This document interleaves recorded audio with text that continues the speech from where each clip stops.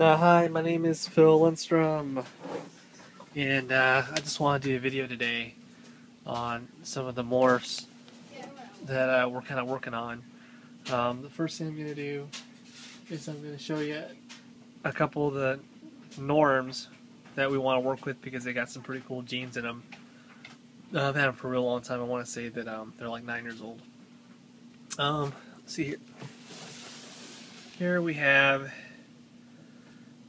his name is Hematep. He's an awesome blackback male. Oh wow, he's got some fresh droppings there, and he's just a real spectacular cinnamon-like.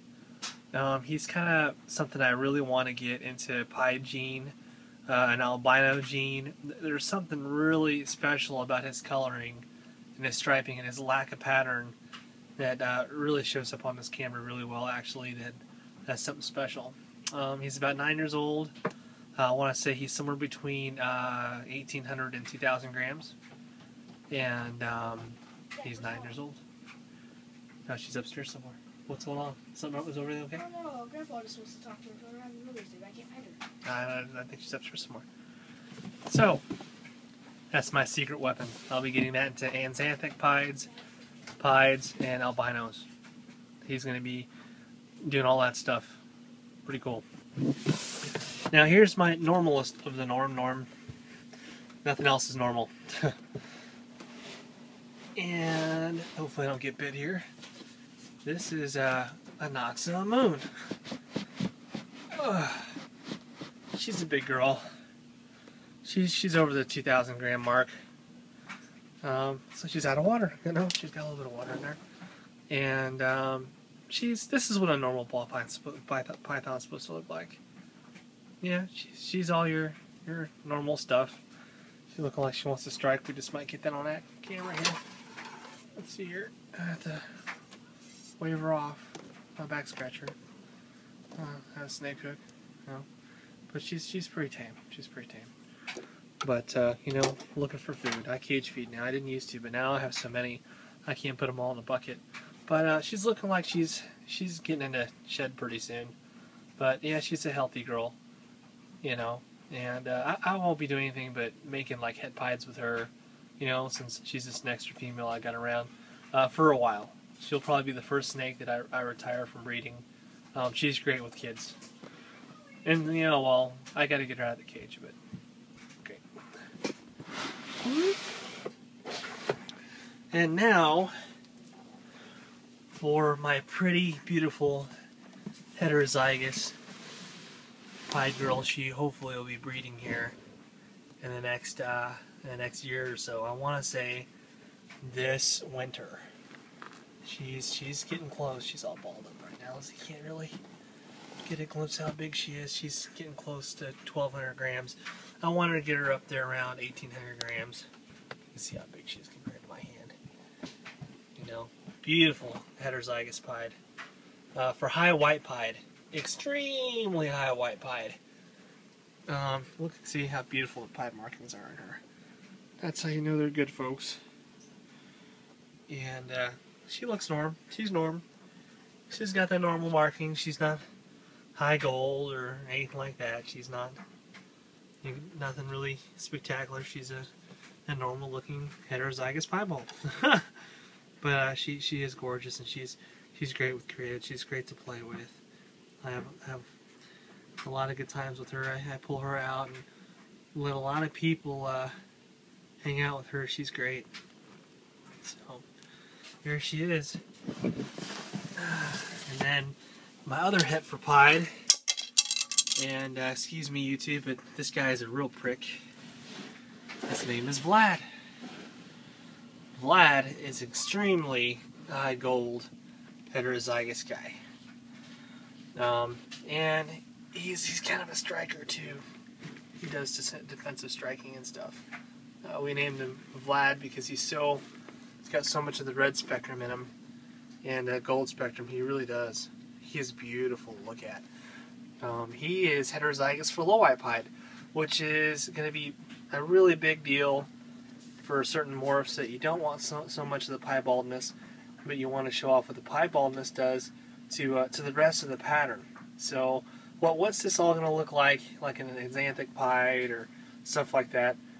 And with this extra gold mark he has in here, he can just, here, let me give you an example. He just shed, and she just shed, and look at the difference. That's how gold he is. She almost looks Axanthic compared to him. That's how high of a gold he is, you know. So, but he's a norm. They're norms, okay. By most people's specifications, these are two are in the norm spectrum. They really are. But you can see the difference. So this is Vlad. You can tell that he's, like I said, he's low white pied. So I'll be breeding him in a couple years. And yeah, really excited about that black stripe there.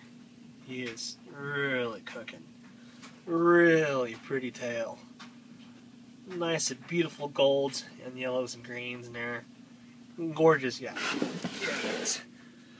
Okay, now we gotta take a little stroll upstairs. Okay. And do the breakfast. Go to the kitchen.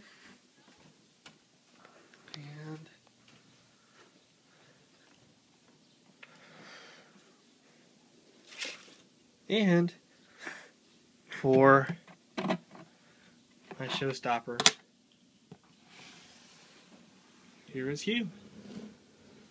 Hugh is my piebald male. Hugh, aka Hugh Hefner.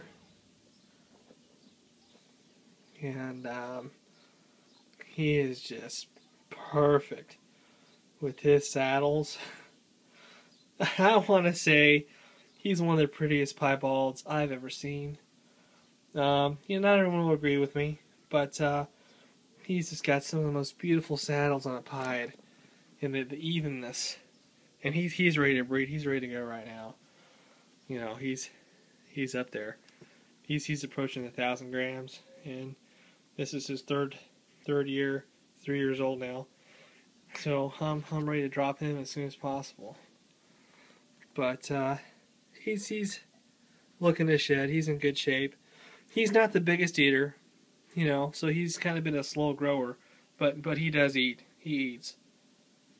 You know, but he goes off food for a couple weeks, and then he'll go and slam a bunch of food one week and make it all up in a week, and he'll just have the softball stuck in him and then even it all out. But he's a beautiful pied I got from Justin McBrayer. And I want to say thank you, Justin. Still to this day, he's holding his color so well. And he's pretty much an adult, so I'm really excited about putting him in a real nice terrarium one day. You know, and I don't have to put him in a snake rack anymore when I get some more space. But for right now, he's going to the snake rack. Okay. See you later, buddy. And his Bane Dame. I just got this from Tracy Barker. And I want to say Tracy explained to me that this is a work of her art of an Axanthic.